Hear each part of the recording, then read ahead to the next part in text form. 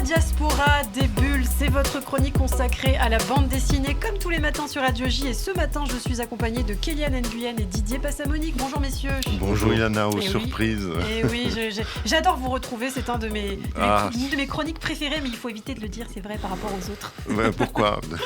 Alors, justement, ce matin, comme tous les matins, vous nous avez apporté quelques ouvrages. On va commencer par vous, Didier. L'album dont vous nous parlez aujourd'hui a un titre que j'aime plutôt bien, La vie gourmande.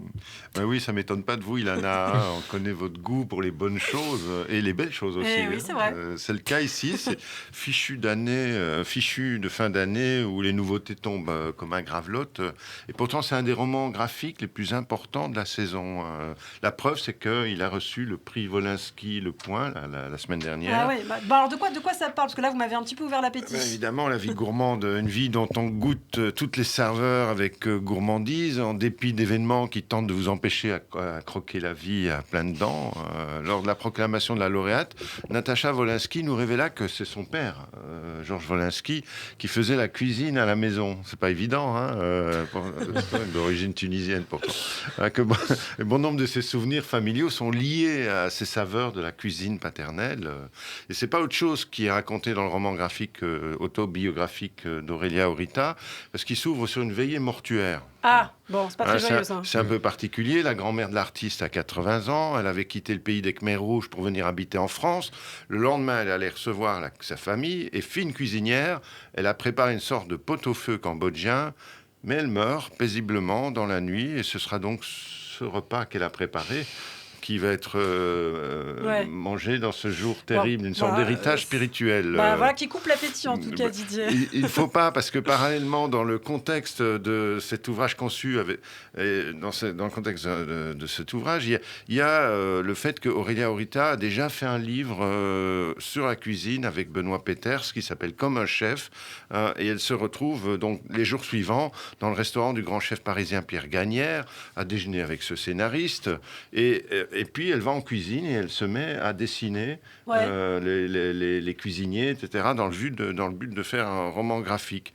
Mais elle fatigue au bout de quelques heures parce qu'elle est sous traitement pour un cancer du sein qui la frappe à ce moment-là.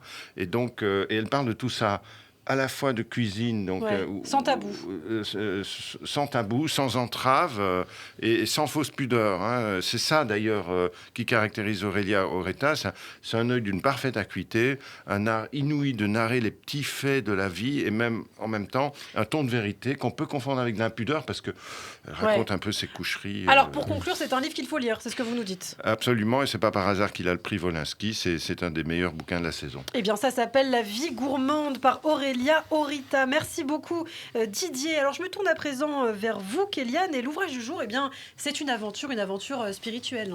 Oui, c'est l'aventure de Tounzi qu'on retrouve alité, vieux, bedonnant dans sa villa luxueuse de San Bernardino en California, et le double O n'est pas pour rien.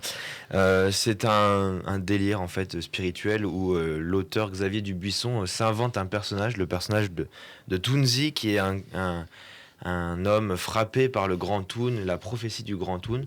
Il voit nos toons. Donc, est-ce que vous savez ce que c'est que votre toon? Absolument pas. C'est un petit être alter ego au-dessus de votre tête qui est le reflet de vous-même.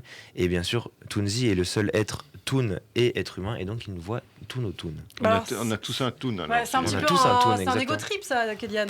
C'est un ego trip, mais c'est surtout assez profond, puisque derrière le délire complètement loufoque, il y a une réflexion sur le culte exacerbé de la personnalité dont on vit actuellement, sur les sectes aussi, évidemment, puisque le grand Tounzi doit mourir très vieux, entouré de ses êtres chers et chéris d'argent et de mets tout à fait exquis. Donc vous le conseillez, cet ouvrage? Ah oui, c'est vraiment... c'est drôle. C'est un ovni, c'est complètement drôle, c'est complètement délirant.